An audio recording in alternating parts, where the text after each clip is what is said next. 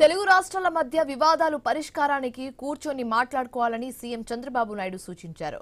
నల్లమల్ల సాగర్ కు తెలంగాణ ప్రభుత్వం అడ్డుపడడం సరికాదని చెప్పారు. ఏపీ అసెంబ్లీలో గవర్నర్ ప్రసంగానికి ధన్యవాద తీర్మానంపై ముఖ్యమంత్రి సమాధానమిచ్చారు. రాబోయే 3 ఏళ్లలో ఉత్తరాంధ్రలో అన్ని సాగునీటి ప్రాజెక్టులు పూర్తి చేస్తామని చెప్పారు. ఇప్పటికే హంద్రీనీవా పూర్తి చేసి భూములకు నీళ్లు ఇచ్చామని పేర్కొన్నారు సీఎం చంద్రబాబు నాయుడు. అలాగే రాయలసీమలోని అన్ని ప్రాజెక్టులను పూర్తి చేసే బాధ్యత తీసుకుంటామని చంద్రబాబు నాయుడు వెల్లడించారు.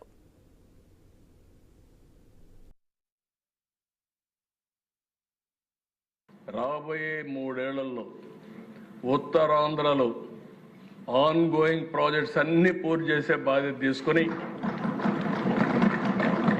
Polavaram left main canal, Uttarandhra Sujala స్రవంతిని పూర్తి చేసి వంశధార పోలవరం లింకేజ్ కూడా ఇస్తాం.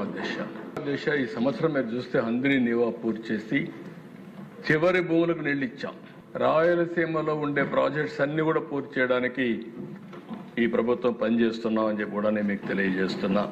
ఇచ్చి పుచ్చుకోవడంలో తప్పులేదు, కానీ రాష్ట్రం తెలుగు జాతి ఒకటే కాబట్టి 2 రాష్ట్రాలకు సమస్యలుంటే కూర్చొని మాట్లాడడానికి ఈ ప్రభుత్వానికి ఏమాత్రం అభ్యంతరం లేదు.